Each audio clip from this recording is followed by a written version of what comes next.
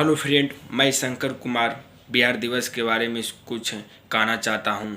बिहार का एक शब्द ही देश के लिए काफ़ी है। बिहार का शब्द देश के लिए काफ़ी है।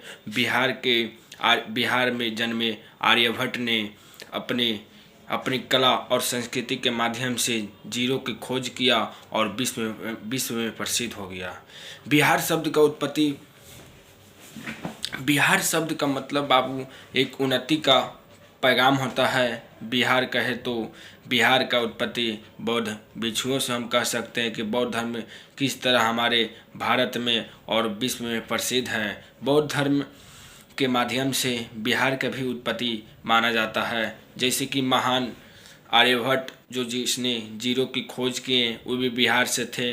महान चाणक्य जो अर्थशास्त्र का बहुत बड़ा विद्वान थे, जिसने मगध के धरती पर एक नंद वंश का शासन थे जो जिसका नाम घनानंद था, जिसने बिहार को बिहार की धरती मगध को शासन व्यवस्था बहुत अनुकूल व्यवस्था से नहीं चला पा रहा था, जिसमें कहने का मतलब है कि शराबों में मगन रहते थे और मगध की धरती को एक कह सकते हैं कि दोस्तों मगध की जो धरती था वो एक टूट की भावना में हो रहा था। भारत खंडित हो रहा था। महान शासक सिकंदर ने भारत पर आक्रमण किया। इसी के बीच में चाणक्य पंडित कौटिल्य जिसे कहा जाता है, उसने भी सोचने लगा कि आखिर भारत को खंडित होकर सिकंदर ऐसे महान योद्धा जो अपने राज्य से निकले हैं विजेता बनने के लिए। सिकंदर का मकसद था